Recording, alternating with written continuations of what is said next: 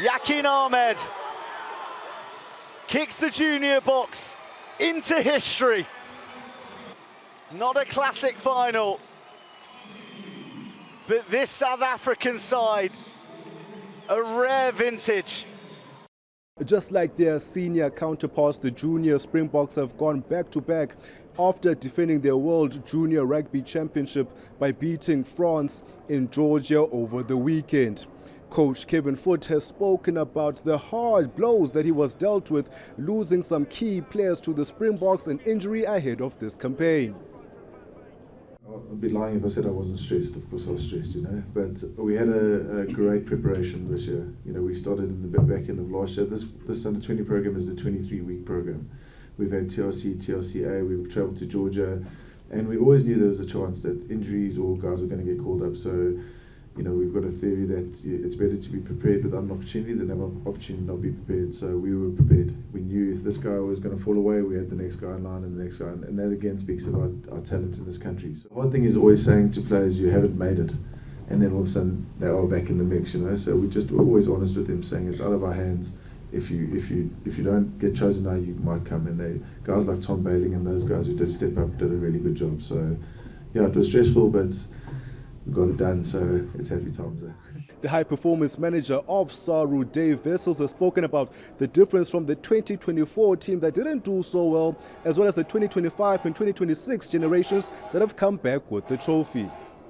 I remember sitting in the hotel, the junior box, and the England team came past, and I think they had about 20 staff with their team, and we had 2 coaches at the time, and they had an analyst for the analyst.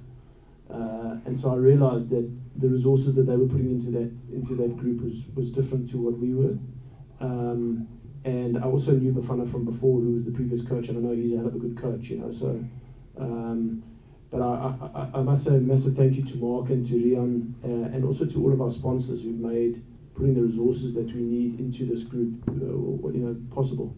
They're incredible to us and really give us everything we ask for. And so, what we've been able to do is to staff the team well. We've got obviously a great coach in Foote, but great assistant coaches now. And then, having been a part of the 2025 success as well, Captain Esethu Mnebelele speaks about the closeness of this particular group being the difference between 2025 and the 2026 triumphs. We had a different group last year, obviously, but this year we had a group that was a bit more connected, a group that, not that last year's group wasn't connected, but this year's group felt a bit more connected because most of us had played together as under 18, most guys had played together at Cravenby, so it just felt like there was a bit more connection, which I think played a big part in getting us to where we are.